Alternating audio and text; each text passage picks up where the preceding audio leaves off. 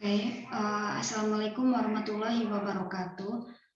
Kami dari kelompok 4 akan mempresentasikan presentasi kami yang berjudul Aliran Filsafat Pendidikan Esensialisme. Kelompok kami terdiri dari saya sendiri, Nida Ruratul Nasiha, dan teman saya Tasnim J. Harway. Di sini kita akan membahas 4 konten.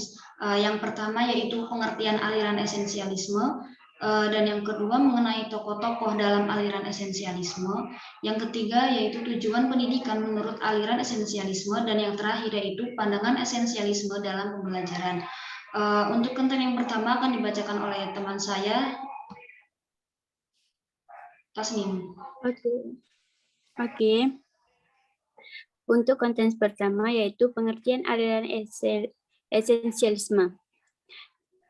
Kata esensialisme menurut Kamus Besar Bahasa Indonesia terdapat dua kata, yaitu esensi yang berarti hakikat, inti, dasar, dan ditambahkan menjadi esensial yang berarti sangat prinsip, sangat berpengaruh, sangat perlu.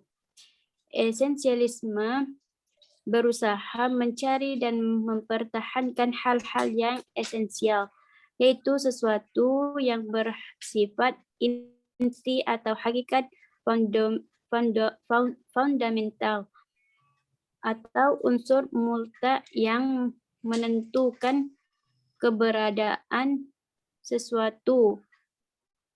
Wahyuni 2010-14. Oleh karena itu, filsafat esensialisme adalah suatu aliran filsafat yang merupakan perpaduan ide filsafat idealisme objektif dan realisme objektif. Muhmidayili 2013-166. Oke, untuk yang keduanya yaitu tokoh-tokoh dalam aliran esensialisme. 1.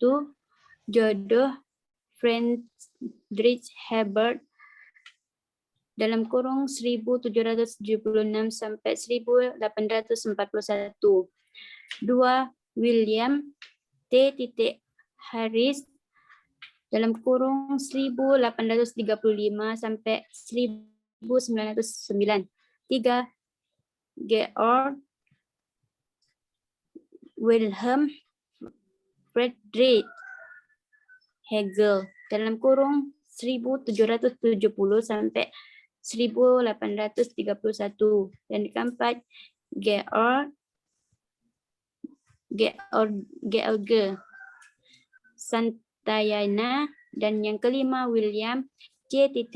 Bagley. Oke, selanjutnya mengenai tujuan pendidikan menurut aliran esensialisme. Pada dasarnya, tujuan pendidikan esensialisme adalah transmisi kebudayaan untuk menentukan solidaritas sosial dan kesejahteraan. Esensialisme juga menyebutkan pendidikan sebagai pemeliharaan kebudayaan, karena aliran ini memandang bahwa adanya gejala-gejala penyimpangan kebudayaan masa lalu dalam kebudayaan modern atau sekarang ini.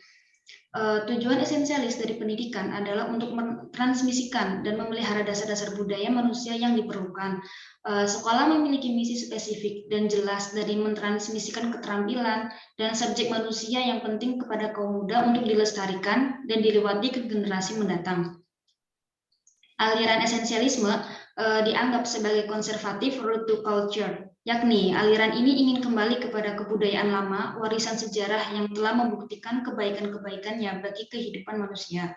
Dengan demikian, aliran esensialisme adalah aliran yang mengembalikan segala sesuatu pada hakikat dasar yang sebenarnya.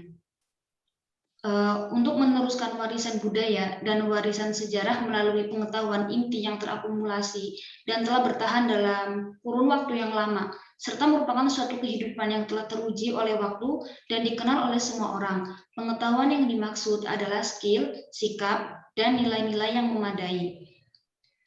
Untuk mempersiapkan manusia untuk hidup, persiapan yang dimaksud adalah bagaimana merancang sasaran mata pelajaran sedemikian rupa sehingga hasilnya mampu mempersiapkan anak didik untuk menghadapi hidup di masa yang akan datang.